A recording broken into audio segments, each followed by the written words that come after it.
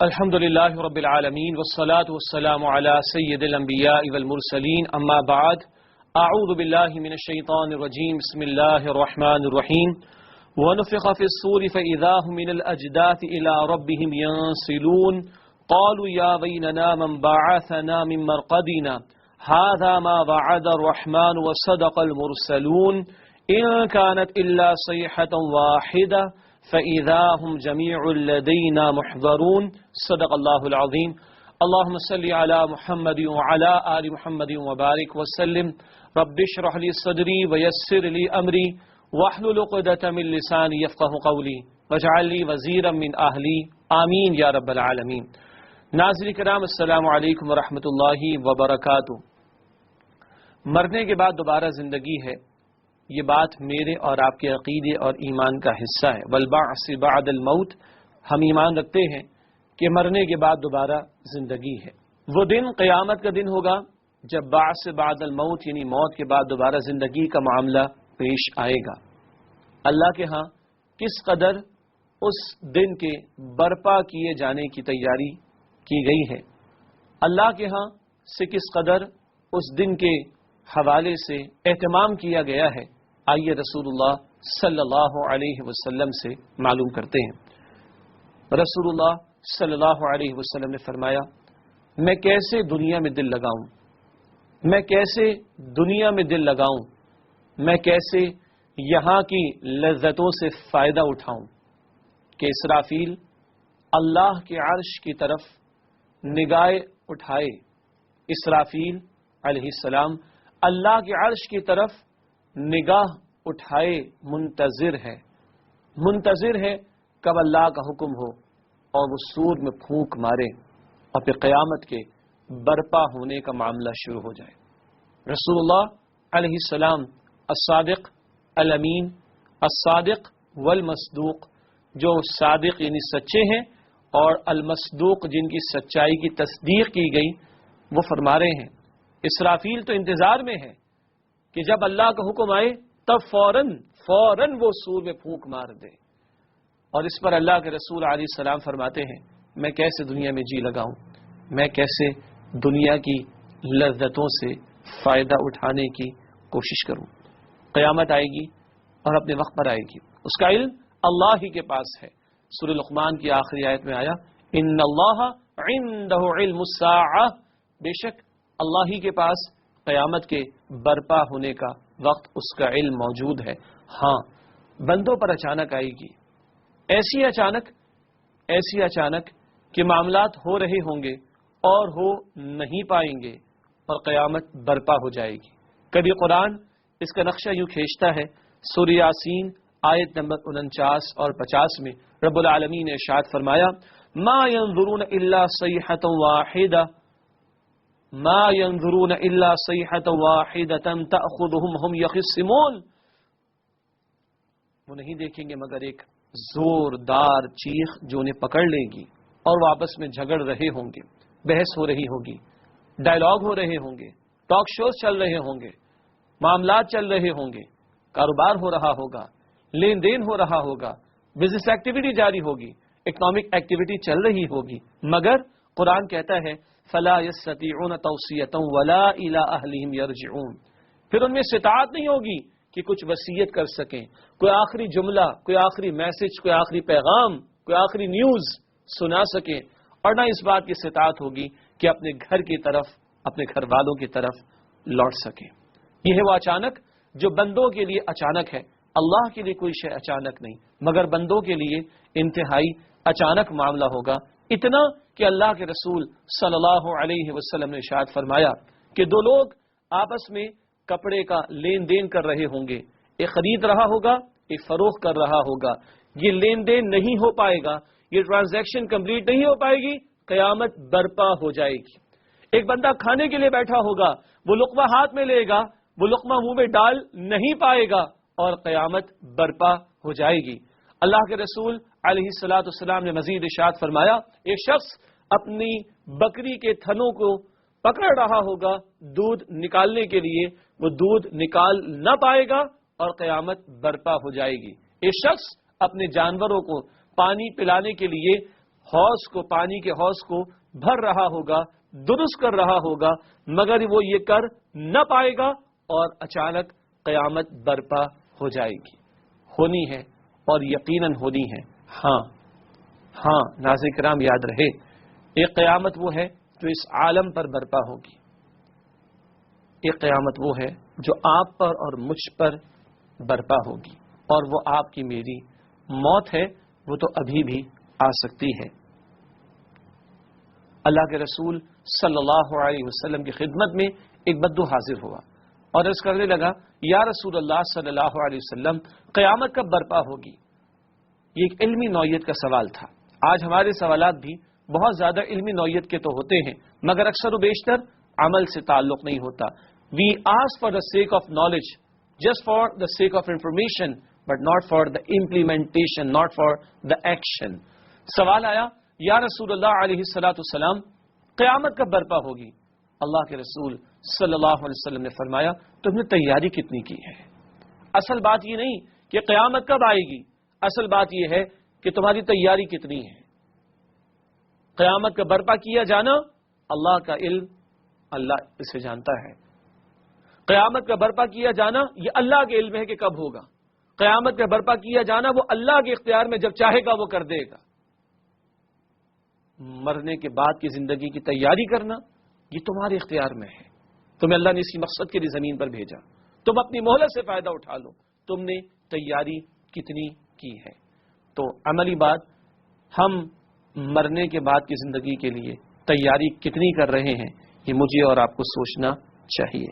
قرآن حکیم ذکر کرتا ہے حشر کے برپا ہونے کا، قیامت کے دن کا، اور بعث بعد الموت کا، مرنے کے بعد دوبارہ زندگی کا۔ قرآن حکیم نے فرمایا سورہ یاسین آیت نمبر 51 سے 53 میں رب کائنات کی طرف سے ارشاد ہوا، وَنُفِخَ فِي الصُّورِ فَإِذَا هُم مِنَ الْأَجْدَاثِ إِلَىٰ رَبِّهِمْ يَنسِلُونَ۔ اور جب سور پھونک ماری جائے گی تو اپنی قبروں سے نکلیں گے اپنے رب کی طرف تیزی سے دوڑتے ہوئے۔ قالوا یا ویلنا من بعثنا من مرقدنا، وہ کہیں گے ہائے ہائے ہماری تباہی، ہائے ہماری شامت، کس نے ہماری آرام گاہوں سے ہمیں کھڑا کر دیا۔ ھذا ما وعد الرحمن وصدق المرسلون، ارشاد ہوگا یہ ہے وہ جس کا رحمان نے وعدہ کیا تھا اور سچ کہا تھا رسولوں نے۔ ان كانت الا صيحة واحدة، وہ تو ایک ہی زوردار چیخ ہوگی، فاذا هم جميع لدينا محضرون، پھر اچانک وہ سب کے سب ہمارے سامنے پیش کر دیے جائیں گے۔ کیا کہیں گے لوگ؟ نافرمان اور باغی، ہماری آرام گاہوں سے کس نے اٹھا دیا؟ ہاں، جب انسان نیند میں ہوتا ہے تو خواب دیکھ رہا ہوتا ہے، آنکھ کھلتی ہے تو حقیقت سامنے آتی ہے۔ کسی نے کیا خوب کہا، لوگوں آج تم سو رہے ہو، موت آئے گی تب جاگو گے۔ یہ دنیا یہ ایک فریب، ایک سراب، ایک دھوکہ، ایک ڈسیپشن ہے۔ حقیقت کل آشکارا ہو جائے گی۔ تو کہیں گے وہ لوگ جو نافرمان تو تھے، قبر کا عذاب بھی انہیں ہو رہا ہوگا، مگر جب کل وہ کھڑے ہوں گے اور قیامت کی ہولناکیوں کو دیکھیں گے تو اس کے مقابلے میں قبر آرام محسوس ہوگی۔ ہائے ہماری تباہی اور ہماری شامت، کس نے ہماری آرام گاہوں سے ہمیں کھڑا کر دیا۔ اللہ اس دن کی ہولناکی سے میری اور آپ کی حفاظت فرمائے۔ قرآن یہ بھی بتاتا ہے کیا ہولناکیاں ہوں گی جب قیامت برپا ہوگی۔ جب وہ دن وہ برپا ہوگا تو فرمایا قرآن نے سورۃ الحج آیت نمبر 2، وَتَرَى النَّاسَ سُكَارَى وَمَا هُمْ بِسُكَارَى وَلَكِنَّ عَذَابَ اللَّهِ شَدِيدٌ، اور تم لوگوں کو دیکھو گے وہ مدہوش ہوں گے، وہ نشے میں ہوں گے، حالانکہ وہ نشے میں نہیں ہوں گے، یہ نشے کا معاملہ نہیں ہوگا۔ وَلَكِنَّ عَذَابَ اللَّهِ شَدِيدٌ، لیکن اللہ کا عذاب بڑا شدید ہوگا۔ آسمان پھٹ رہا ہوگا، زمین کوٹ کوٹ کر برابر کی جائے گی، سمندر ابل پڑیں گے، پہاڑ اڑتے پھریں گے، زمین کے اوپر پہاڑوں کو کوٹ کوٹ کر برابر کر دیا جائے گا۔ قرآن کہتا ہے لوگ مدہوش ہوں گے، نشے کی حالت میں محسوس ہوں گے، مگر وہ نشے میں نہیں ہوں گے۔ وَلَكِنَّ عَذَابَ اللَّهِ شَدِيدٌ، لیکن اللہ کا عذاب بڑا ہی شدید ہوگا۔ قرآن بتاتا ہے سورۃ المزمل میں آیت نمبر 17 میں، فَكَيْفَ تَتَّقُونَ إِن كَفَرْتُمْ يَوْمًا يَجْعَلُ الْوِلْدَانَ شِيبًا، بس تم کیسے بچو گے اگر تم نے کفر کی روش اختیار کی، کیسے بچو گے، کس طرح بچو گے اگر تم نے کفر کیا اس دن سے کہ جو بچوں کو بھی بوڑھا کر دے گا، بچوں کو بوڑھا کر دے گا۔ 1 سال کے بچے کو ذہن میں لے کر آئیے، آج اگر 1 سال کا بچہ اس دنیا سے چلا جائے وہ تو معصوم گیا نا، گناہوں سے پاک گیا، اس کے لیے کوئی جہنم کا معاملہ نہیں، اس کے لیے کوئی قبر کے عذاب کا معاملہ نہیں۔ کل وہ اگر کھڑا ہوگا قیامت کے دن، کھڑا تو اللہ ہر ایک کو کریں گے، ابھی ذکر ہوگا آگے مزید انشاءاللہ۔ 1 سال کا بچہ جب وہ کھڑا ہوگا، جب وہ پہاڑوں کو ریزہ ریزہ ہوتے ہوئے دیکھ رہا ہوگا، زمین کو کانپتے ہوئے دیکھ رہا ہوگا، آسمان کو پھٹتے ہوئے دیکھ رہا ہوگا، ستاروں کو جھڑتے ہوئے دیکھ رہا ہوگا، سمندروں کو ابلتے ہوئے دیکھ رہا ہوگا، زمین کو چٹیل میدان کے طور پر دیکھ رہا ہوگا، سورج کی گرمی، شدید ترین گرمی، اور کل کا سورج، اللہ اکبر، قیامت کے دن کی گرمی، یہ ہولناکیاں، اور لوگوں کو مدہوش بھاگتے ہوئے دیکھ رہا ہوگا، خوفناکیوں کو دیکھ رہا ہوگا، ہولناکیوں کو دیکھ رہا ہوگا، تو وہ 1 سال کا وہ بچہ جو نابالغ تھا، جو گناہوں سے پاک تھا، قرآن کہتا ہے اللہ اکبر، یوم یجعل الولدان شیبا، وہ دن بچوں کو بوڑھا کر دے گا۔ وہ لوگ اللہ ہمیں محفوظ رکھے جو آج اللہ کی خلاف بغاوت کیے بیٹھے ہیں، آج اللہ اور اس کے رسول کی اطاعت کی روش سے دور ہو چکے ہیں، آج کفر پر اڑے ہوئے ہیں، شرک پر اڑے ہوئے ہیں، بغاوت پر اڑے ہوئے ہیں، نافرمانیوں پر اڑے ہوئے ہیں، گناہوں پر اڑے ہوئے ہیں، اور گناہوں پر اصرار کرتے ہیں اور گناہوں کو ترک نہیں کرتے، ان کا عالم کیا ہوگا؟ 1 سال کا بچہ وہ بوڑھا ہو چکا ہوگا، وہ شدت قیامت، وہ قیامت کی ہولناکیاں، وہ قیامت کی المناکیاں، اللہ اکبر، 1 سال کے بچے کو بوڑھا کر دے گی۔ وہ لوگ جو گناہ گار ہوں گے، وہ لوگ جو فاسق ہوں گے، وہ لوگ جو فاجر ہوں گے، وہ لوگ جو اللہ کے باغی ہوں گے، ان کے ساتھ کیا معاملہ ہوگا؟ اللہ اکبر۔ قرآن کہتا ہے سب پیش ہوں گے، سب پیش ہوں گے۔ قرآن بتاتا ہے سورۃ البقرہ آیت نمبر 148 میں، اینما تکونوا یأتی بکم اللہ جمیعا، تم کہیں بھی ہوگے، جہاں کہیں بھی ہوگے، اللہ تم سب کو لے آئے گا، ہر ایک کو لے کر آئے گا، ہر ایک کو پیش ہونا ہے اللہ کے سامنے۔ قرآن فرماتا ہے سورہ کہف آیت نمبر 47 میں، وحشرناہم فلم نغادر منہم احدا، ہم سب کو اکٹھا کریں گے، سب کو اکٹھا کریں گے، کسی ایک کو نہیں چھوڑیں گے، کسی ایک کو باقی نہیں چھوڑیں گے، اور ہر ایک آگے کھڑا ہو جائے گا اللہ کے سامنے۔ حتیٰ کہ اللہ کے رسول صلی اللہ علیہ وسلم کے صحابی ابو ہریرہ رضی اللہ تعالی عنہ فرماتے ہیں ہر مخلوق کو اللہ پیش کرے گا، چرند، پرند، گوشت خور جانور تو اللہ پیش کرے گا، حتیٰ کہ اللہ کی صفت عدل کا اظہار ہوگا۔ اللہ کے رسول مکرم صلی اللہ علیہ وسلم نے ارشاد فرمایا، اللہ سینگ والی بکری کو بھی کھڑا کرے گا، اور اللہ بغیر سینگ والی بکری کو بھی کھڑا کرے گا۔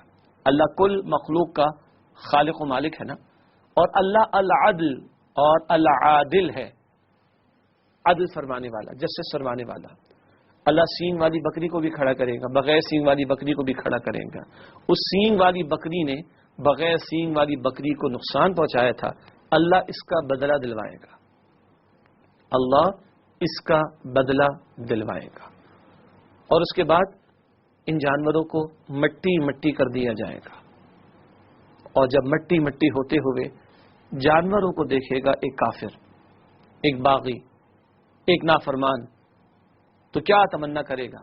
یا لیتنی کنت ترابا، یا لیتنی کنت ترابا، اے کاش میں مٹی ہو جاتا، اے کاش میں مٹی ہو جاتا، اے کاش میں مٹی ہو جاتا، آگے میرا حساب تو نہ ہو، آگے مجھے عذاب تو نہ ہو۔ یا لیتنی کنت ترابا سورہ نبا کی آخری آیت ہے، اے کاش میں مٹی ہو جاتا۔ ناظرین کرام، اللہ رب العالمین نے انسان اور جنات کو ذمہ دار مخلوق بنا کر زمین پر بھیجا ہے، بندگی کے لیے، عبادت کے لیے ان دو کو ذمہ دار بنایا۔ قرآن فرماتا ہے سورۃ الذاریات آیت نمبر 56 میں، وما خلقت الجن والانس الا لیعبدون، اور اللہ نے فرمایا کہ میں نے تمام جنات اور انسانوں کو صرف اپنی عبادت کے لیے پیدا کیا۔ وہ تو چرند پرند کا معاملہ بھی اللہ عدل کا فرما دے گا، مگر جن دو مخلوقات کو، جنات اور انسان کو، اللہ نے ذمہ دار مخلوق بنا کر بھیجا، مکلف یعنی ذمہ دار بنا کر بھیجا، اپنی عبادت کا فریضہ عطا کر کے بھیجا، ان سے کس قدر بڑا حساب ہوگا، ان سے کس قدر بڑا حساب ہوگا، ان سے کس قدر بڑا حساب ہوگا۔ اللہم حاسبنا حسابا یسیرا، اے اللہ سبحانہ و تعالی ہم سب کے حساب کو آسان فرما دیجئے۔